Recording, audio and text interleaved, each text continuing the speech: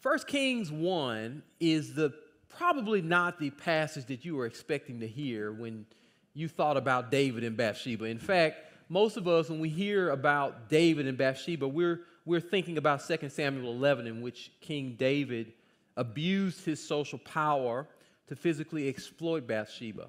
That's the passage that we are most familiar with when we talk about David and Bathsheba. The scene opens at the very scene of the crime, the very place in which Bathsheba had been exploited, is the very scene, the very setting of the passage.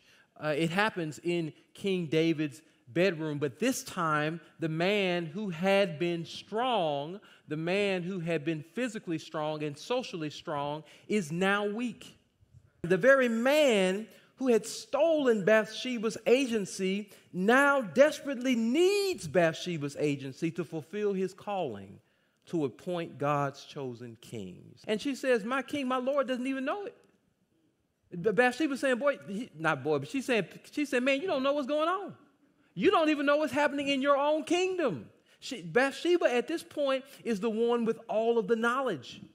And she's the one with the agency. The Lord, by his providence and his mercy, moves Bathsheba by faith and through her courage and wisdom and her actions toward the center of the stage as the agent that God uses to get King Solomon to the throne.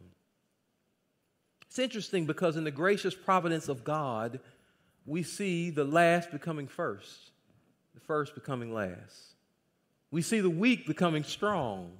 We see folks going, as we've said over the past several weeks, from the margins to the middle.